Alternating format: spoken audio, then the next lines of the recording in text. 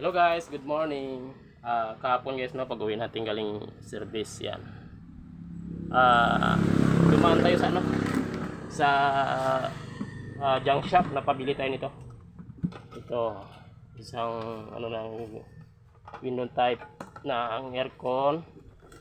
Bago ito, push button type. Yan. Bago mga ano, itong ceiling fan.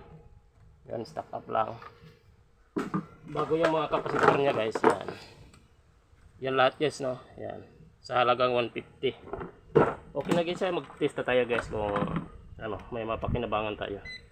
Pero sa dami niyan guys, sigurado may mapakinabangan tayo no. Mag-test tayo ng example guys.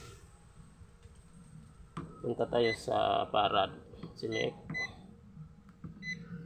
Yan. Check natin ang halimbawa natin ang ano, kapasitor ito. Test natin.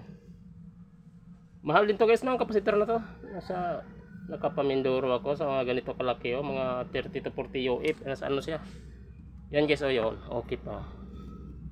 Yan 30 din to nakalagay. Okay guys. Mag-test tayo ng mga ano. Ito.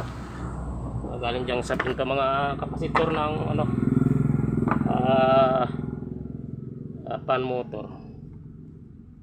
Sa halagang 150 lang to guys lahat ng nabili ko. Ayan guys, 2.7. Okay pa.